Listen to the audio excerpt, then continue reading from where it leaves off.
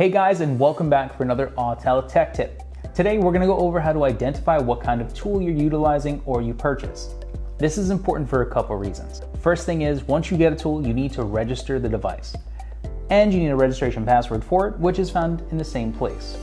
As well, once you're using the tool and as you have it, you need to maintain your software. So knowing what type of tool you have will ensure you're buying the correct total care program. So let's get started.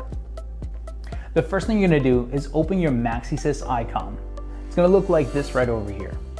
If you don't see the settings icon on the display, you're just going to swipe until you find it. Once you select it, you'll get the screen right over on this one right here. Once you get in the settings icon, you're going to look on the left side. There's a panel that you're going to scroll all the way to the bottom. You'll see About right in the corner.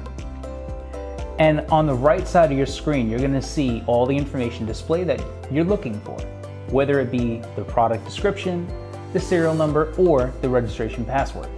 Thank you for watching. Don't forget, like the video, subscribe to our channel for more helpful tips. If you do have any issues or any type of concerns while doing these procedures, don't forget to go to our website for any type of helpful information or resources.